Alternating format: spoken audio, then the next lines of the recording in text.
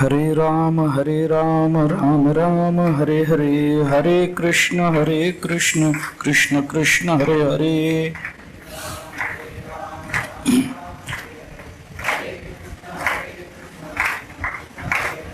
हरे राम राम राम हरे हरे, हरे कृष्ण कृष्ण कृष्ण हरे हरे।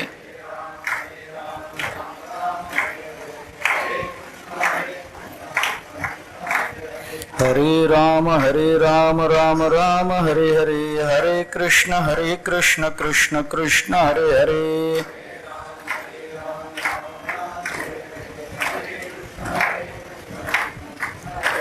हरे राम राम राम हरे हरे, हरे कृष्ण कृष्ण कृष्ण हरे हरे।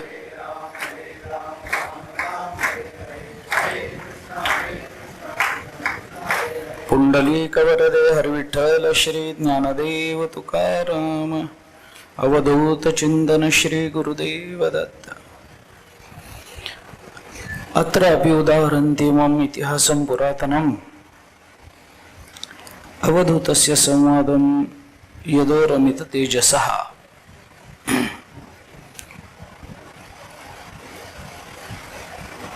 पुरुषोत्तम मासाच्या निमित्तानं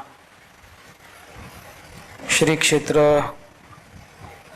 नरसिंहवाडी इथं आजपासून 5 दिवस श्रीमद भागवतातल्या यदु अवधूत संवादाचं चिंतन करण्याचं सद्भाग्य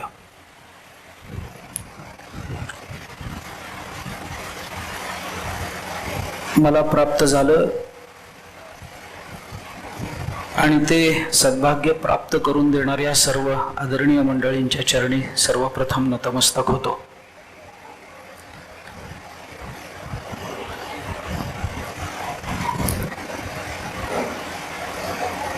भगवंताच्या चरणी आपली सेवा रुजू करण्यामध्ये माझं वैयक्तिक व्यक्तिगत असं कोणतंही कर्तृत्व नाही की भगवंताने माझी सेवा करून घ्यावी, परंतु पूर्वजांचं पुण्य आज माझ्या दृष्टीने उदयाला आलं।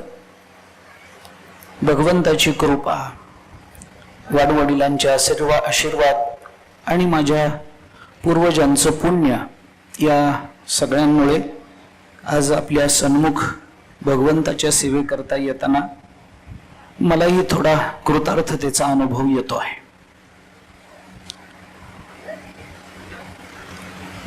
आम्ही नेहमी परमात्मा पंढरीनाथाची सेवा करतच असतो, अन्यत्रही काही सेवा घडतात, पण तशा अर्थानं भगवान श्री दत्तात्रेयांच्या चरणाशी, स्वामींच्या चरणाशी इतक्या सलग दिवस येण्याचा हा माझा पहिला योग आहे।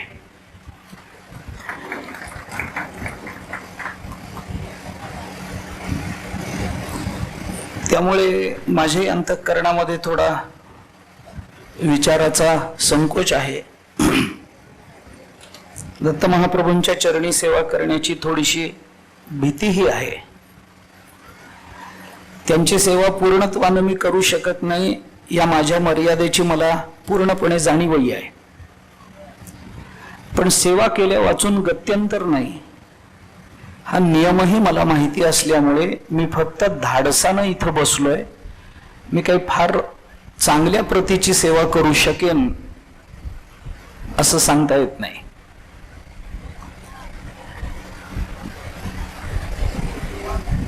दत्त महाप्रभूंच्या, स्वामींच्या आणि आपल्या सर्व श्रोतृवृंदांच्या चरणी नतमस्तक होतो।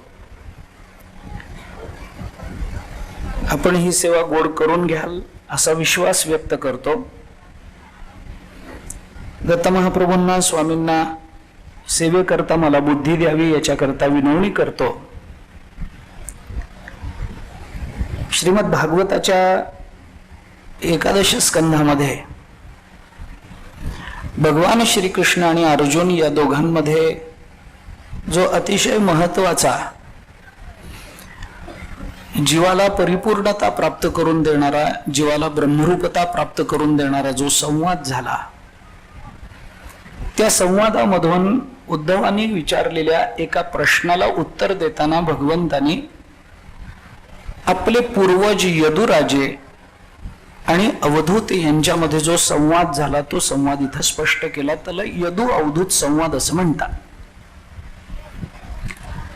हा संवाद इथं सांगण्याचं प्रयोजन एवढंच आहे की हे स्थानच त्यांचं आहे.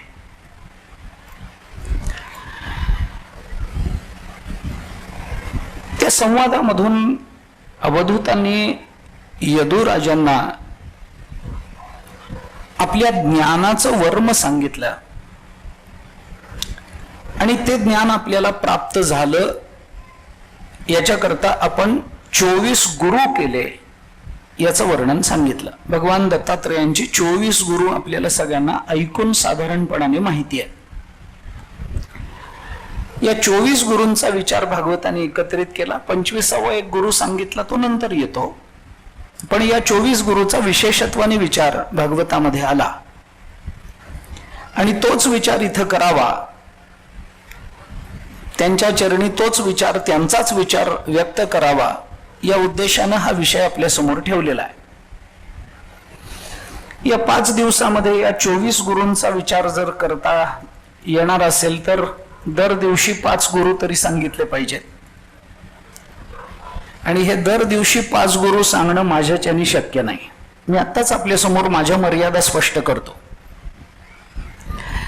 त्याची कारण काय आहेत हा विचार नंतर. हा विचार का प्रकट झाला, अवधूतांनी यदुराजांना असं का सांगितलं की मी 24 गुरु केले, 24 गुरु करावेत का करू नयेत, गुरु किती असावेत, एक गुरु असला तर भागत नाही का, 24 गुरु घेऊन काय करायचंय, मुद्दा फक्त आत्मज्ञानाचा आणि जीवनाच्या धन्यतेचा असेल तर त्याच्याकरता आवश्यक असणारे गुरु एकच मानले पाहिजेत.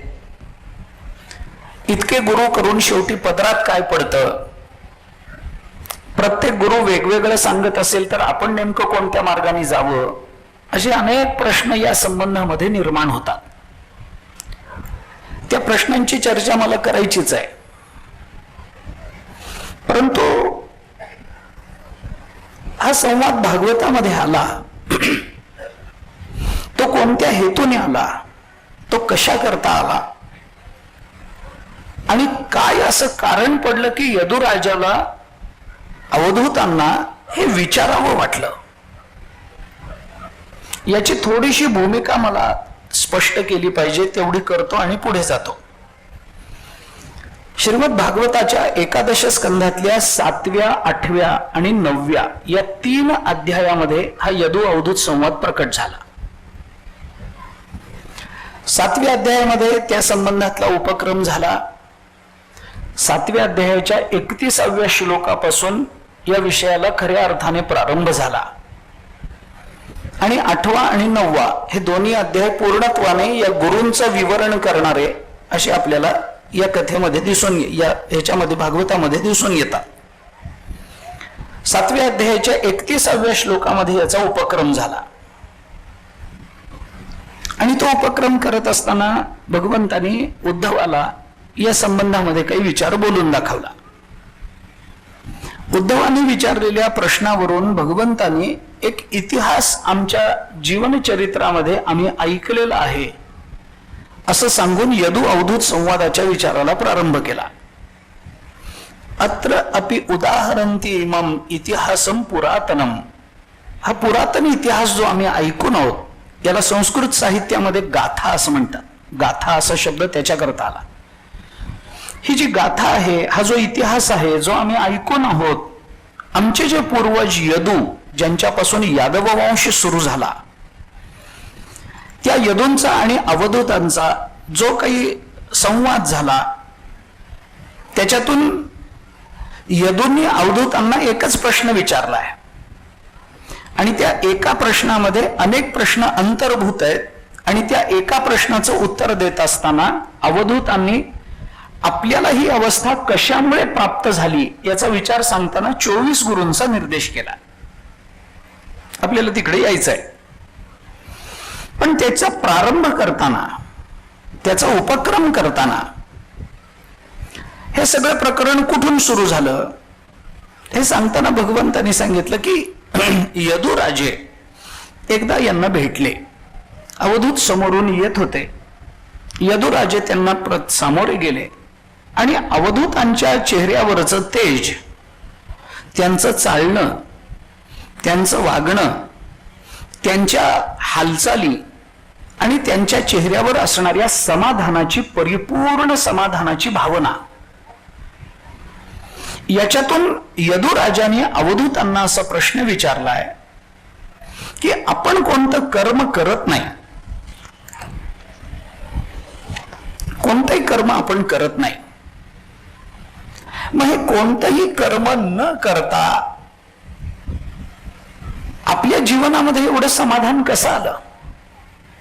आपण जर काही करत असता, काही क्रिया केली असती आणि त्याच्यातून आपल्याला काही फल प्राप्त झालं असतं तर त्याची कार्यकारण संगती आपल्याला लावता आली असती. मनुष्य जेव्हा एखाद्या गोष्टीचा अनुमान करत असतो तेव्हा त्या अनुमानाकरता त्याच्या मागे काही कल्पना मांडत असतो. काही कल्पना त्याच्या मनामध्ये येतात, काही कल्पना तो मांडत असतो. कर्म केलं आणि कर्माचं फल मिळालं, जगताच्या पाठीवर हा सर्वप्रसिद्ध सिद्धांत आहे. एखादा मनुष्य कर्म करतो, त्या कर्माच्या अनुकूल प्रतिकूलतेवरून त्या कर्माची फलप्राप्ती त्याला होते. ज्या पद्धतीचं कर्म आपल्याकडून घडतं त्या पद्धतीचं फल आपल्याला मिळतच मिळतं. कर्माची अगतिकता जीवाच्या ठिकाणी आहे. नाही कश्चित क्षणमपि जातो तिष्ठत्य कर्मकृत कार्यते यवशक कर्म सर्व प्रकृती जैर्गुणही, यासारखे गीतेने सांगितलेले सिद्धांत. प्रत्येक क्षणी माणसाला कर्म करावं लागतं. कर्माशिवाय जीव राहू शकत नाही. कर्म करणं हेच जीवाचं व्यावर्तक आहे. अशा पद्धतीचे अनेक सिद्धांत आपल्याला वेदांतात आणि इतरत्र पुष्कळ दिसून येतात. कर्म तर करणं आहेच आहे आणि कर्म झालं की त्या कर्माचं फल मिळतं हेही तेवढंच निश्चित आहे.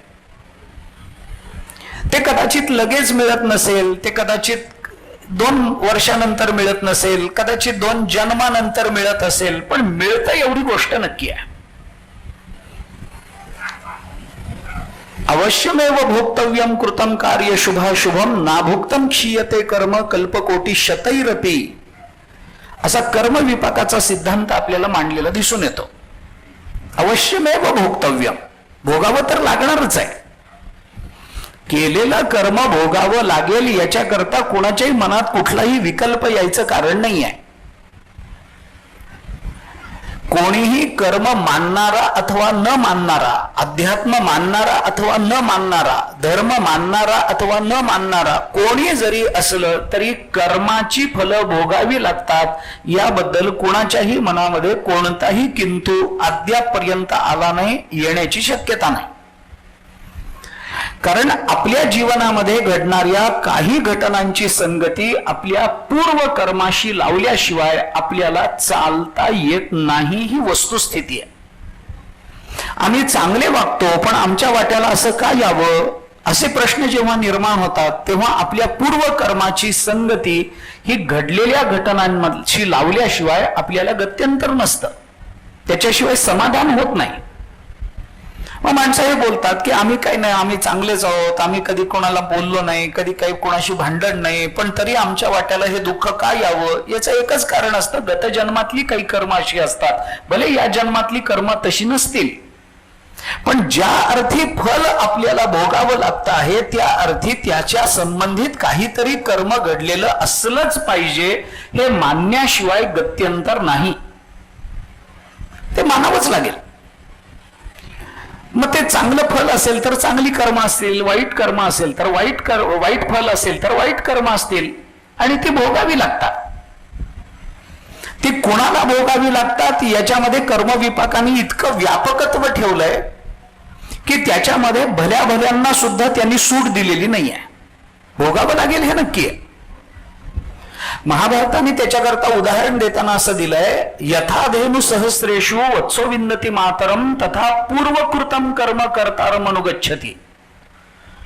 1000 गायींच्या कळपामधलं एखादं वासरू मागे राहिलं असेल तर गुराखी त्या वासराला काट्यातून सोडून आणून पुन्हा कळपामध्ये सोडतो आणि आईपासून वियोग पावलेलं ते वासरू प्रत्येक गायीच्या चेहऱ्याकडे बघत नाही ही माझी आई आहे का. ते जसं बरोबर आपल्या आईच्या स्तनाला जाऊन लागतं तसं आपण केलेलं कर्म बरोबर आपल्या जवळ येऊन थांबतं. आपल्या तोंडाकडे बघून कोणतंही कर्म येत नाही. कर्माची गती निश्चित आहे, कर्माचे परिणाम निश्चित आहेत. कर्माचे परिणाम, कर्ता, कर्म आणि कर्माचा परिणाम या सगळ्याची संगती लावून देणारं शास्त्र आहे. तस्मात शास्त्रम प्रमाणन्ते कार्याकार्य व्यवस्थित हे गीता बोलते. त्यामुळे हे सगळं जे आहे ते शास्त्र ठरवतं, शास्त्र निर्णय देतं, शास्त्र संगती लावून देतं. या कर्माचं हे फल आहे एवढाच निर्देश शास्त्र करतं आणि त्याच्यावर आपल्याला विश्वास ठेवून पुढचा मार्ग आक्रमावा लागतो. आपलं कर्म आपल्याला भोगावं लागतं. ते इतरत्र चुकूनही कुठे जात नाही. सामान्यत्वानं उदाहरण देऊन बोलायचं झालं तर एखाद्या वेळेला जुळ्या मुलांमध्ये आई चुकेल. हा राम आहे का श्याम आहे? आई चुकेल. राम म्हणून श्यामलाच दोनदा स्नान घालेल. होईल. अगदी जुळी मुलं सारखी दिसतात, राम आहे का श्याम आहे? आई चुकेल. पण रामचं कर्म श्यामला भोगावं लागलं असं एकही उदाहरण आतापर्यंत या जगाच्या पाठीवर नाही आहे. जन्म देणारी माता कदाचित मुलांना ओळखण्यामध्ये चुकू शकेल, पण कर्म मात्र कधी चुकत नाही. ज्याचं कर्म त्याला भोगावं लागतं, याच्यात सुटका कोणाचीच नाही. अवश्यम भावी भावानाम प्रतिकारो भवेद यदि तदा दुःखैर न लिप्पेरन नल राम युधिष्ठिरः. पंचदशीने तिन्ही उदाहरणं दिली.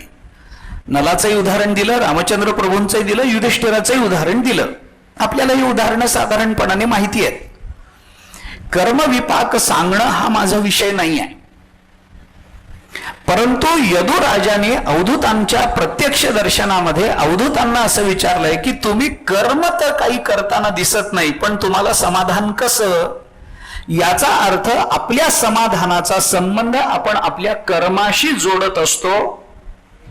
हा भाव यदुराजाच्या मनात आहे आणि यदुराजाने तो प्रकट केलाय. आम्ही कर्म करतो, त्या कर्माची फलश्रुती आम्हाला भोगावी लागते. ती आज भोगावी लागेल, उद्या भोगावी लागेल, पुढच्या जन्मी भोगावी लागेल, किती जन्मानंतर भोगावी लागेल याचं कोणतंही शास्त्र आणि याचे कोणतेही नियम आपल्याला ज्ञात नाहीयेत. पण भोगावं लागेलच याच्याबद्दलचा विश्वास आहे. असं कधीच होणार नाहीये. कर्मविपाकामध्ये दोन दोष कधीच येत नाहीत म्हणून विचार आलाय. दोष आहेत अकृताभ्यागम आणि कृतप्रणाश असे दोन दोष असतात. कृत म्हणजे केलेलं, अकृत म्हणजे न केलेलं. न केलेल्याचा अभ्यागम म्हणजे न केलेलं भोगावं लागणं आणि कृत म्हणजे केलेलं त्याचा प्रणाश होणं. न केलेलं भोगावं लागणं आणि केलेलं न भोगावं लागणं असं कर्म विपाकामध्ये कधीही घडत नाही. मी काहीच केलं नाही पण मला हे भोगावं लागतंय. काहीच केलं नाही हे आत्ता कदाचित पूर्वजन्मामध्ये केलेलं असेल आणि मी काही केलं नाही पण माझ्या वाट्याला हे भोग येतात असं जेव्हा मनुष्य म्हणतो तेव्हा पूर्व कर्म त्याला ज्ञात नसतात.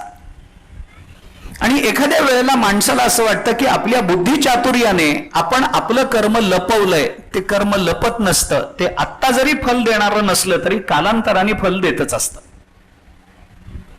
मग आम्ही जे कर्म करतो त्या कृतीचा काही विशिष्ट परिणाम आमच्या जीवनावर होत असेल तर आम्ही चांगलं वागतो म्हणून आमच्या जीवनामध्ये समाधान निर्माण होतं. आमच्या समाधानाचं मूळ कारण कर्म आहे असा विचार यदुराजाच्या अंतःकरणात आहे.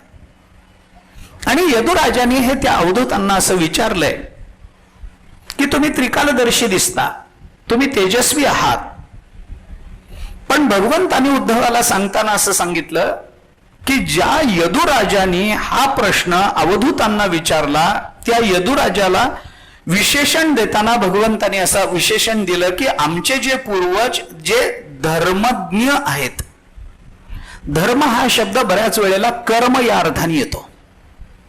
कर्म आणि धर्म असे दोन्ही शब्द आपल्याला आलेले दिसतात. सर्व धर्मान् परित्यज्य मामेकम शरणम व्रज, इथं धर्म शब्द आला. काही वेळेला नुसता कर्म शब्द येतो आणि काही वेळेला कर्म आणि धर्म हे दोन्ही शब्द एकत्रित येतात. तुका म्हणे त्याचे कळले आम्हा वर्म, जे जे कर्म धर्म नाशिवंत, असा कर्म धर्म एकत्रित शब्द येतो. कर्म धर्म नवती सांग उण्या अंगे पतन, तुकाराम महाराजांची भाषा. कर्म आणि धर्म हे शब्द समानार्थी येतात बऱ्याच वेळेला. यापैकी एक शब्द कर्म आणि धर्म याच्यापैकी एकच शब्द येतो, त्यावेळेला तो शब्द अनुपस्थित असलेल्या शब्दाचा प्रतिनिधी असतो. धर्म शब्द न वापरता कर्म शब्द आला तर तो कर्म शब्द धर्मालाच प्रतिपादित करणारा असतो. आणि कर्म शब्द न वापरता धर्म शब्द वापरला गेला असेल तर तो धर्म शब्द सुद्धा कर्माला प्रतिपादित करणारा असतो. सर्व धर्मान् परित्यज्य, इथला धर्म शब्द कर्माचा परित्याग या अर्थाने आला. तिथं धर्माचा परित्याग होत नाही. कर्म आणि धर्म हे दोन्ही शब्द जेव्हा एकत्रित येतात तेव्हा कर्म आणि धर्म या दोन्ही शब्दांमध्ये एक सीमारेषा आहे, ती आपल्याला बघावी लागते. कर्म शब्द आणि धर्म शब्द जेव्हा एकत्रित येतात तेव्हा कर्म शब्द लौकिक कर्म या अर्थाने येतो आणि धर्म शब्द वैदिक कर्म या अर्थाने येत असतो.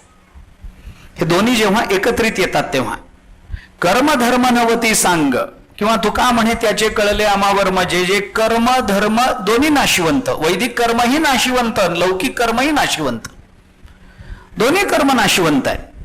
म्हणून या नाशिवंत असणाऱ्या धर्माचा परित्याग कर. सर्व धर्मान् परित्यज्य, काय कर? माम एकम शरणम व्रज, मला एकट्याला शरण जा. अहम त्वा सर्व पापेभ्यो मोक्षयिष्यामी, मी तुला सर्व पापातून मुक्त करीन. मा शुचः, शोक करू नकोस. हे भगवान बोलले. धर्मज्ञ असणारे यदुराजे, धर्माचं वर्म जाणणारे यदुराजे अवधूतांना असा प्रश्न विचारतात की तुम्ही कर्म काही करताना दिसत नाहीत पण तुमच्या चेहऱ्यावर तेज आहे, तरी पण आपल्याला ही अवस्था प्राप्त झाली, असं कसं झालं? काय कारण आहे? याच्यात एक पहिला वेदांताच्या दृष्टीने, अध्यात्माच्या दृष्टीने एक पहिला गैरसमज आहे, तो सिद्ध होतोय. हा गैरसमज आहे की आपण कर्म करू तर आपल्याला अवस्था प्राप्त होईल. हा व्यवहार आहे, हा व्यवहार आहे. आम्ही अमुक अमुक एक कर्म करू, आम्ही अमुक अमुक एक परीक्षा उत्तीर्ण होऊ तर आम्ही या अधिकारी पदावर जाऊन बसू, मान्य आहे. आम्ही इतकं असा अभ्यास करू तर आम्ही अशा पदाला प्राप्त होऊ, मान्य आहे. आमच्या प्रत्येक अवस्थेकरता आमच्या कोणत्या ना कोणत्या तरी कर्माची अपेक्षा असते. हा साधारण व्यवहार आहे, साधारण व्यवहार. मातृत्व अवस्थेला प्राप्त व्हायचं असेल तर संतती व्हावी लागते. पितृत्व अवस्थेला प्राप्त व्हायचं असेल तर संतती व्हावी लागते. बंधुत्व या अवस्थेला प्राप्त व्हायचं असेल तर आपल्याला दुसरा बंधू किंवा भगिनी असावी लागते, तर बंधुत्व. म्हणजे प्रत्येक एका पदावर आरूढ होण्याकरता त्या पदाच्या, त्या पदप्राप्तीच्या मागे कोणत्या ना कोणत्या तरी कर्माची अपेक्षा असते. हा व्यवहार आहे, काही व्यवहार आहे. पण हा व्यवहार घेऊन आपल्याला परमार्थामध्ये प्रविष्ट होता येत नसतं. काहीतरी करण्यातून अवस्था प्राप्त होणं हा जर व्यवहार असेल तर काहीही न करण्याच्या अवस्थेला जाणं याला परमार्थ म्हणतात. परमार्थ आणि प्रपंच या दोन्ही मधलं जे अंतर आहे ते इथे आहे. काहीतरी करण्यातून अवस्था प्राप्त होते आणि काही न करणं ही अवस्था येणं हाच परमार्थ आहे. सर्व धर्मान् परित्यज्य, काही करू नकोस. काही करू नकोस याचा अर्थ आळशी हो असा होत नाही. काही करू नकोस म्हणजे काहीतरी करणं, जिथं शिल्लक राहिलेलं आहे ती अवस्था ओलांडून पुढे जा आणि काहीतरी करून काहीतरी मिळवणं याच्या जीवनाची धन्यता नसते, या जाणीवेतून काही न करण्यापर्यंत तू पोच, असा तो वेदांतातला विचार आहे. मी त्याकडे येतो, उदाहरणानं ते बोलून दाखवतो नंतर. पण हा पहिला आपला विचार आहे की आम्ही या अवस्थेला पोचलो का. एखादा माणूस आहे, आपण त्याला बघतो, त्याचं तेज बघतो, त्याचं बोलणं बघतो, त्याचं अमुक बघतो, त्याचा मग आपण म्हणतो याने फार अभ्यास केलेला असला पाहिजे. आपण त्याच्या अवस्थेवरून त्याच्या कर्माचा अनुमान करतो, कर्माचं चिंतन करतो. परंतु चेहऱ्यावर दिसणारं समाधान जर कर्मानं निर्माण होणार असेल तर त्या समाधानाला समाधान म्हणायला वेदांत तयार नाही आहे. त्याचं पहिलं कारण आपल्याला सांगतो. कारण असं आहे की कर्मातून जे प्राप्त होतं ते टिकणारं नसतं, जे ज्ञानातून प्राप्त होतं ते टिकतं. कर्मातून प्राप्त होणारं काय टिकलंय आतापर्यंत? कर्मानं आम्ही एखादी गोष्ट प्राप्त करून घेतो, आम्ही नोकरी नावाचं कर्म करतो आणि पगार प्राप्त करून घेतो. तो पगार टिकणारा आहे का? प्रश्न आहे. आम्ही कर्म करतो, त्या कर्माचा परिणाम म्हणून आम्हाला देह प्राप्त होतो, हा देह टिकतो का? हा प्रश्न आहे. देह कशामुळे मिळाला? कर्मामुळे. अगा कर्मी जे उरावे तैतिही सुखदुःखी फळावे, तया ते भोगावया यावे देहा एका. ज्ञानोबारायांनी चिंतन केलं. ज्ञानोबाराय म्हणतात आम्हाला हा देह मिळाला, त्याच्या मागे काहीतरी कर्म आहे. कर्मानं आम्हाला देह मिळाला, कारण कर्मानं जे मिळतं ते जर टिकणार नसेल तर कर्माने जो देह मिळाला तोही टिकणारा नाही आहे. हा देह कालांतराने नष्ट होणार आहे, आज ना उद्या तो पडणार आहे. प्रारब्ध भोग संपले म्हणून पडणारा असेल, अपघातात जाणारा असेल, काही कारण असतील, पण कर्माचा आणि त्या देहाचा संबंध आहे. म्हणून कर्मानं देह मिळत असेल तर कर्मफलाच्या परिसमाप्तीमध्ये देहाची समाप्ती मानावी लागते. इतकं सरळ आणि साधं आहे. कारण असं आहे, आपण थोडं शास्त्र जिज्ञासा जर ठेवली तर भामतीकारांनी ब्रह्मसूत्रावरती भामती नावाचं एक भाष्य आहे मधुसूदन सरस्वतींचं. त्या भामतीकारांनी कर्मानं प्राप्त होणाऱ्या गोष्टींची चर्चा करत असताना त्याच्यात 4 प्रकाराचा विचार केला. उत्पाद्य, प्राप्य, विकार्य आणि संस्कार्य, 4 गोष्टींचा विचार केला. जे जे उत्पाद्य ते ते कर्मानं प्राप्त करून घेता येतं, जे जे विकार्य ते ते कर्मानं प्राप्त करून घेता येतं, जे जे प्राप्त करून घेण्याच्या योग्यतेचं आहे ते ते कर्मानं प्राप्त करून घेता येतं, आणि जे जे संस्कार्य आहे ते ते कर्मानं प्राप्त करून घेता येतं. संस्कार्यामध्ये पुन्हा दोषापनयन आणि गुणाधानाचे 2 प्रकार स्वतंत्र केले. तो स्वतंत्र विचार. जे जे उत्पाद्य आहे ते ते आपल्याला कर्मानं प्राप्त करून घेता येतं. उत्पन्न झालेलं आहे, ज्याची निर्मिती आहे, जे कार्यरूपात प्रकट झालेलं आहे, त्याची प्राप्ती आपल्याला कर्मानं करून घेता येते. आम्ही एखाद्या गावाला जातो, आम्ही प्रवास करतो आणि गावाला जातो, त्या गावाची प्राप्ती आम्हाला प्रवास नावाच्या कर्मानं करून घेता येते. याच्यामध्ये विचार करण्याचं फार काही कारण नाही आहे. जे जे विकारी आहे, विकारी आहे या शब्दाचा अर्थ वेगळा आहे. आपण ज्याला विकार समजतो त्याला वेदांत विकार समजत नाही. विकार्य म्हणजे काय आहे? ज्याला उत्पत्ती आणि नाश आहे ते ते विकार्य. ते सगळं कर्मानं प्राप्त करून घेता येतं. एक दोषापनयन, गुणाधान कर्मानं प्राप्त करून घेतल्या जाणाऱ्या गोष्टी आहेत. मी साधं उदाहरण त्याच्याकरता देतो. मनुष्य कपडे धुतो, ते कपडे धुतो, नंतर त्याला वाळवतो, नंतर इस्त्री करतो आणि मग ते पुन्हा त्याचा वापर करतो. कपडे धुताना त्याला साबण लावतो, हे त्याच्यातला मळ निघून जाण्याकरता, आणि त्याला इस्त्री करतो चांगलं दिसावं याच्याकरता. मळ निवृत्ती दोषापनयन आहे आणि ते चांगलं दिसावं हे गुणाधान आहे. कशाने होतं? कपडे धुण्याकरता कर्म करावं लागतं. माझ्या मनात संकल्प आला कपडे धुतले जावेत आणि माझा संकल्प पूर्ण झाला आणि कपडे धुवून इस्त्री करून आयते माझ्या समोर आले, असं जगात कधीच घडत नाही. आणि खरं सांगायचं झालं तर घडत नाही म्हणून जग चाललंय. खरं सांगायचं झालं आयतं असं संकल्पात सर चाललं. ब्रह्मसूत्रामध्ये संकल्पादेव तु तच्छ्रुते हे असं सूत्र आलंय पुढे 4थ्या अध्यायामध्ये.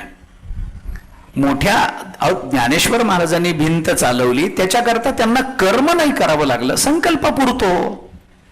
संकल्प पुरतो, त्यांनी फक्त संकल्प करायचा असतो. भिंत चालावी, भिंत चालते. त्यांनी फक्त संकल्प करायचा असतो. रेड्याच्या मुखातून वेद व्यक्त व्हावेत. बोल रे बाबा, ऋग्वेद बोल, असं ज्ञानोबा यांनी रेड्याला सांगितलं. ज्ञानदेव म्हणे बोल रे ऋग्वेद. आणि ऋग्वेद बोल म्हटल्यानंतर त्या रेड्याच्या तोंडातून अग्निमेळे पुरोहितम सुरू झालं. मग हे कशामुळे झालं? त्याच्याकरता ज्ञानेश्वर महाराजांनी काही कर्म केलं का? काही नाही. त्यांचा विचार चालू नाही, विचार आपला चालू आहे. कर्मातून समाधान मिळतं, जगाचा नियम आहे, आणि तो व्यवहारापुरता चुकीचा नाही आहे. मला काय सांगायचंय, व्यवहाराकरता ते चुकीचा नाही आहे. एखादा मुलगा एखाद्या परीक्षेमध्ये 100 पैकी 100 गुण मिळवतो, त्याला ते गुण मिळाल्याचं समाधान आहे की नाही? आहे. त्याच्या आई वडिलांना समाधान आहे की नाही? आहे. कशातून मिळालं? अभ्यास, कष्ट केलेत त्यांनी म्हणून तेवढं मिळालंय. कर्मातूनच ते समाधान त्याला मिळालं. मान्यच आहे, व्यवहारात हे मान्यच करावं लागतं. पण 100 पैकी 100 गुण त्याला मिळाले. हे गुण नंतर त्याच्या जीवनाच्या प्रवासामध्ये किती काळ टिकले? मी पहिलीमध्ये पहिला आलो होतो, पण 10वी मध्ये मला 4 वेळेला प्रयत्न करावे लागले. मग पहिलीतले जे 100 पैकी 100 मिळाले होते ते गेले का राहिले? ते गेले ना. त्याचा उपयोग नाही. का? कारण कष्टानं मिळवलं, ते कर्मानं मिळवलं. कर्मानं मिळवलेलं टिकत नाही. जे जे कर्मजन्य आहे ते ते नाशवंत आहे, हा नियम आहे. जे जे कर्मजन्य आहे, कर्मातून जे प्राप्त होतं ते टिकणारं नसतं. याच्याकरता आपण कितीही उदाहरणं देऊ शकतो. जे ज्ञानातून मिळतं, जे ज्ञानजन्य आहे, याच्याही पुढे बोलतो, जे ज्ञानजन्य नाही, जे ज्ञान स्वरूप आहे तेच फक्त शाश्वत राहतं. यदुराजाने अवधूतांना असा प्रश्न विचारलाय की आपण तर कर्म करत नाही, मग कर्म न करताही आपल्या चेहऱ्यावर असं तेज कुठून आलं? कारण कर्म करणारा मनुष्य कर्मबंधनामध्ये अडकतो. कर्मबंधन त्याला त्रासदायक असतं. ते चांगलं असो अथवा वाईट असो, कर्म कोणतंही असू दे, चांगल्या कर्माची फळं चांगली मिळतात, पण तीही बंधनालाच कारण ठरतात. जन्ममरणाचं बंधन त्या कर्मामुळेच लागून जातं. एखादा माणूस आहे, त्यांनी दान केलं, पुष्कळ दानधर्म केला, खूप पुण्य जमा झालं, आणि ते पुण्य भोगण्याच्या आत जर त्याला मरण आलं तर ते पुण्य भोगण्याकरता त्याला पुन्हा जन्माला यावं लागेल की नाही? मग पुन्हा जन्माला येणं या बंधनामध्ये तो कशामुळे पडला? तर पुण्यामुळे पडलेला आहे. मग पुण्य करू नये असं चालेल का? असं नाही होणार. कर्म कोणतंही असू द्या, त्या कर्माचं बंधन माणसाला प्राप्त होत असतं. हा लोक कर्मे बांधला, ज्ञानेश्वर महाराजांचं विधान आहे. हा सगळा मृत्यूलोक कर्मानं बांधला गेलेला आहे. याच्यातून इंद्र ब्रह्मदेवही सुटले नाहीत. शतएक जन्मा जन्मोनी ब्रह्मकर्मा, कर्मा असा शब्द ज्ञानोबरायांनी वापरला. इंद्र सुद्धा याच्यातून सुटला नाही. हे कर्मानच झालेले देव आहेत सगळे. या इंद्राला देव म्हणण्याचं काही कारण नाही. ब्रह्मदेवाला देव आपण म्हणतो, ब्रह्मदेव देव आहेत, इंद्र देव आहे आपण म्हणतो, पण वेदांताच्या दृष्टीने यांना देव काही म्हणायचं कारण नाही आहे. इंद्रपदाधिक भोग, भोग नव्हे तो भवरोग म्हटलंय तुकाराम महाराजांनी. काय इंद्रपदाचे रोग सांगता? अरे इंद्र काय, इंद्राचं पद म्हणजे काय पद आहे काय? तो भवरोगच आहे एका अर्थानं. त्यालाही वाईट वाटतं, त्यालाही ईर्ष्या आहे, त्यालाही आपले पुढे कोणी जाऊ नये असं वाटतं, त्यालाही. मी तर अनेक वेळेला गमतीनं हे सांगतो की इंद्राची व्याख्या मी ठरवलेली अशी आहे, कोणी तपाला बसलं की ज्याच्या पोटात पहिलं दुखतं त्याचं नाव इंद्र आहे. इंद्राची ही व्याख्याच आहे. मग कुठं त्याला रंभा पाठव, कुठं अप्सरा पाठव, कुठं त्याच्या तपामध्ये विघ्न आण, कारण खुर्चीचा प्रश्न आहे ना. कोणी तप करून माझी खुर्ची काढून घेईल तर मी काय करू, हा प्रश्न सगळ्यांच्याच समोर असतो. त्यामुळे मग त्या कर्मामध्ये विघ्न यावीत, त्याच्या तपस्येमध्ये प्रतिबंध निर्माण व्हावेत, याच्याकरता मग काही योजना करत राहणं, याच्यात इंद्राचं राजकारण आहे, दुसरं काही नाही. तो इंद्र सुद्धा, त्याला सुद्धा माघारी येणं आहे. ब्रह्मदेवाला माघारी आब्रह्मभुवना लोका पुनरावर्तीन अर्जुन, गीता बोलते 8व्या अध्यायामध्ये, ब्रह्मपणाचे नि भडसे न चुकती पुनरावृत्तीचे वळसे, ज्ञानोबारांनी म्हटलं. इंद्रालाही मागे पुढे जन्माला यावं लागतं, ब्रह्मदेवालाही जन्म मरणाला यावं लागतं. मग यांना देवत्व देण्याचं काय कारण आहे? कर्मानं मिळालेलं देवत्व तेही टिकत नाही, हे मला सांगायचं. देवत्व मिळालं असेल त्यांना, पण कर्मानं मिळालं ना मग ते टिकणार नाही. मग ते कर्मानं जे जे मिळतं ते नश्वर आहे, ते नष्ट होणार आहे. आम्हाला कर्मानं मिळणाऱ्या समाधानाचं दर्शन होईल, पण ते मर्यादित काळापुरतं होईल, ते नित्यत्वानं सातत्यानं होणार नाही. जग कर्माने नष्ट होणार आहे, आयुष्य कर्माने नष्ट होणार आहे, देह कर्माने नष्ट होणार आहे. पुढच्या जन्मी आपण याच देहाला, मनुष्य देहालाच प्राप्त होऊ याची शाश्वती या जन्मात तरी कोणाला देता येत नाही. पुढच्या जन्मी मी वक्ता तुम्ही श्रोते असाच संबंध असेल, काही सांगता येणार नाही. पुढच्या जन्मी माझा भाऊच राहील, काही सांगता येणार नाही. या जन्मापुरते संबंध आहेत, कारण आमची कर्म तशी एकत्रित आलेली होती. म्हणून आमची कर्म या जन्मात वेगवेगळी होतील, तर पुढच्या जन्मी आमचा वियोग ठरलेला आहे. यथा काष्ठमच्या समेयाताम महोदधो व्यपेत्यतु समेयाताम तद्वद भूत समागमः असं महाभारताने म्हटलंय. किंवा आपल्या परिचित भाषेमध्ये जर सांगायचं झालं अलीकडच्या, तर 2 ओंडक्यांची होते, बस तेवढंच आहे. त्याचं स्वरूप, ते दृष्टांत तो महाभारतातला आहे. 2 ओंडक्यांची होते सागरात भेट, यथा काष्ठमच्या समेयाता महोदधौ सागर व्यपेत्यतु समेयाताम तद्वद भूत समागमः. एखादी लाट येते, दोन्हीला वेगळं करते, पुन्हा दोघांची भेट होण्याची शक्यता नाही. ज्या काही कर्मानं 2 ओंडके एकत्रित आलेले आहेत, त्याच कर्मानं मी आणि माझा भाऊ या जन्मात एकत्रित आलेलो आहोत.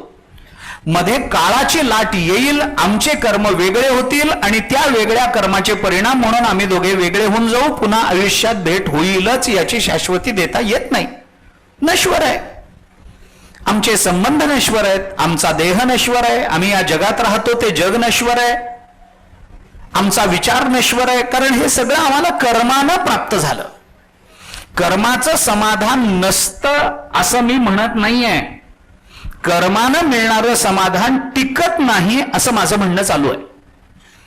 आणि यदुराजाने अवधूतांना असं विचारलंय की तुम्ही कर्म तर काहीच करत नाही, पण मग कर्मात न अडकल्यासारखे तुम्ही कसे काय वागू शकता? आम्ही कर्म करतो, कर्मात अडकलेलो आहोत, आम्हाला त्याचं ओझं घेऊन जगावं लागतं. आम्ही किती जरी आनंदाच्या भूमिका जगासमोर मांडत असलो तरी आमच्यावर ओझं आहे हे आमचं आम्हाला जाणवतच असतं. किती मोठं यश मिळू देत, कितीही समाधान असू देत, कितीही, पण त्या जगण्याचं एक ओझं आमच्यावर असतं, हे आमचं आम्हाला जाणवत असतं. कदाचित इतरांना जाणवू न देण्यामध्ये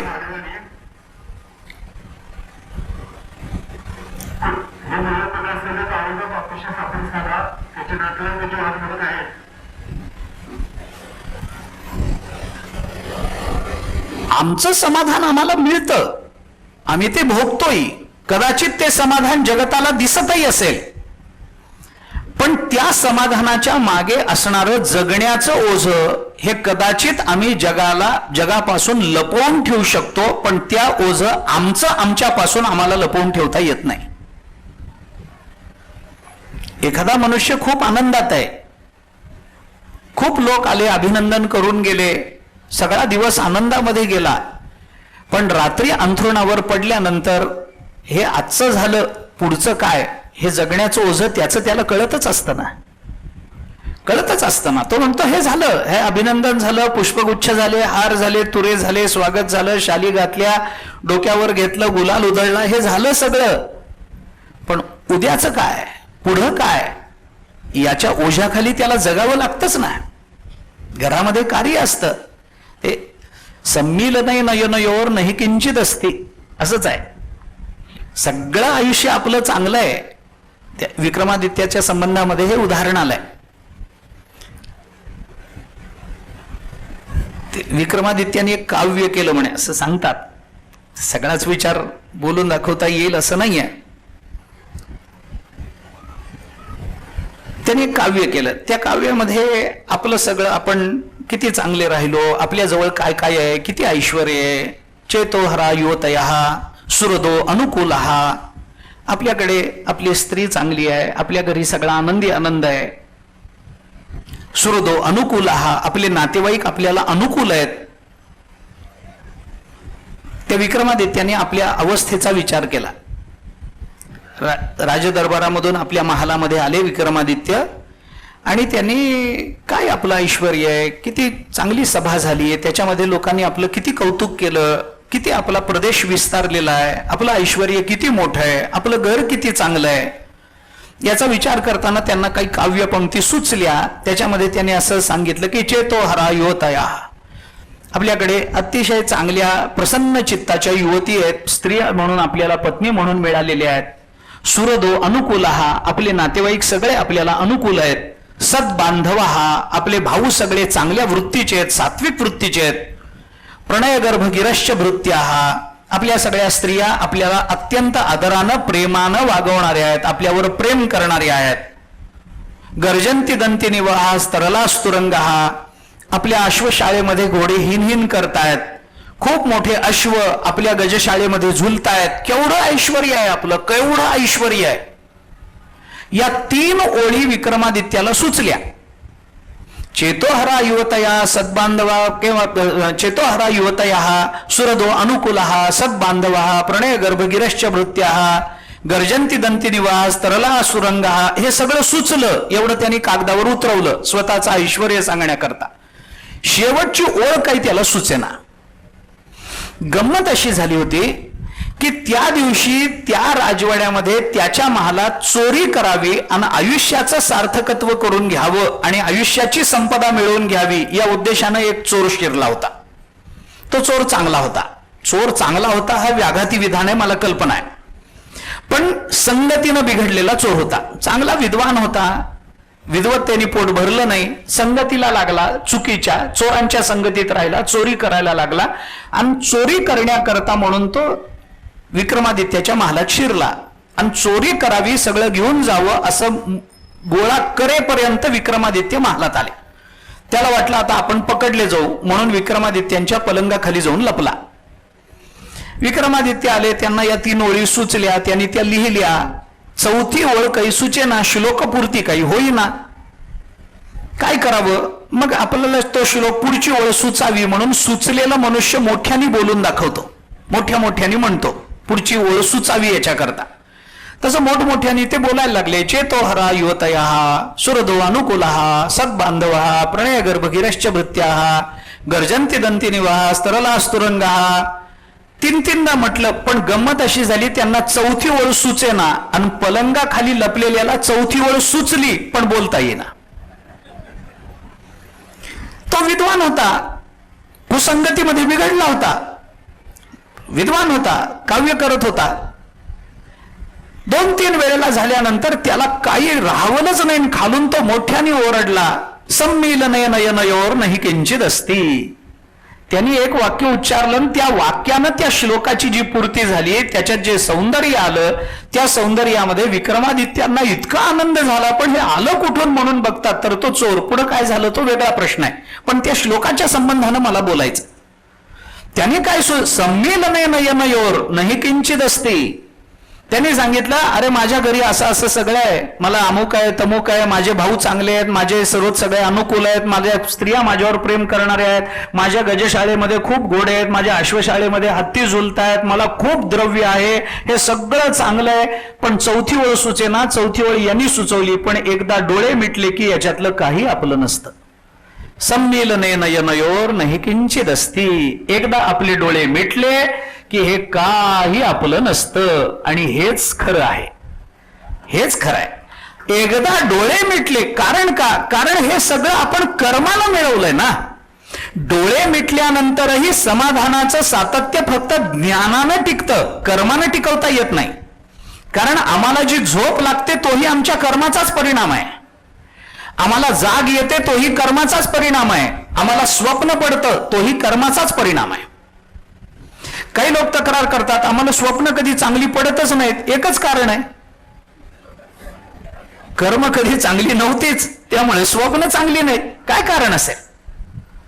आम्हाला झोप लागते कर्माचाच विपाक आहे. आम्हाला जाग येते कर्माचाच विपाक आहे, आम्हाला स्वप्न पडतात कर्माचाच विपाक मानला गेला वेदांतामध्ये. एखाद्या वेळेला असं होतं ना की पहाटे लवकर उठणारा मनुष्य सुद्धा बऱ्याच वेळेला 8-8 वाजेपर्यंत उठत नाही. काय कारण असेल?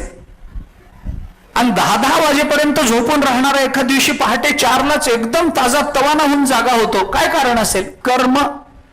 झोपेचं कर्म संपणं आणि जागृतीचं कर्म उदयाला येणं, फल उदयाला येणं, एवढी एकच संगती वेदांतांनी त्या संबंधामध्ये लावून दिली. हे कर्मानं प्राप्त होणार आहे ना, मग हे समाधान टिकणार नाही आहे. यदुराजा असं विचारतोय अवधूतांना, तुम्ही कर्म तर काही करत नाही, पण आपल्यावर कोणत्याच कर्माचं ओझं नाही, असं कसे तुम्ही वागू शकता?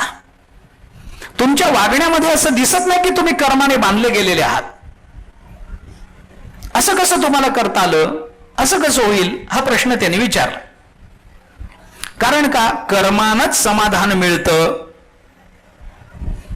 असा सगळ्यांचा समज आहे. मिळत नाही, मी पुन्हा एकदा आपल्याला सांगतो, मिळत नाही असं माझं म्हणणंच नाही आहे.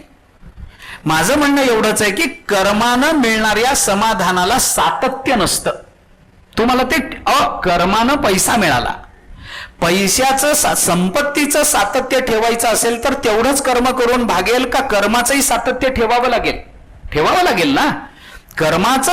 कर्मानं संपत्ती मिळणार असेल तर कर्म सातत्यात संपत्ती सातत्य टिकून राहील. मी एकदाच कर्म करतो आणि आयुष्यात संपत्ती संपत नाही, असं होत नाही. असू दे, आपण त्याचा फार विचार करायला नको. त्याने असं सांगितलं, तुम्ही असे इकडे तिकडे विचरण करता. यदुराजा विचारतोय, तुम्ही इकडे तिकडे विचरण करता आणि विचरण करताना तुमच्या चेहऱ्यावरचा निरागस भाव, तुमच्या हालचाली, तुमचं वागणं, तुमचं बोलणं, तुमचं बघणं, तुमच्या डोळ्यातले भाव, हे सगळं जर बघितलं तर आम्हाला असं वाटतं विद्वांस चरती बालवत. तुम्ही लहान बालकासारखे आम्हाला जाणवता. ही अवस्था कशाने आपल्याला प्राप्त झाली? आपण कर्म तर करत नाही, पण कर्माचं ओझं नसल्यासारखे आपण वागता. काय कारण आहे? आपण लहान मुलासारखे विचरण करता. काय कारण आहे? लहान मूल जसं वागतं त्याला काही धरबंध नसतो, त्याला काही अनुकूल प्रतिकूल कळत नाही, उचित अनुचित कळत नाही, योग्य अयोग्य कळत नाही लहान मूल. तसं तुमचं वागणं आहे.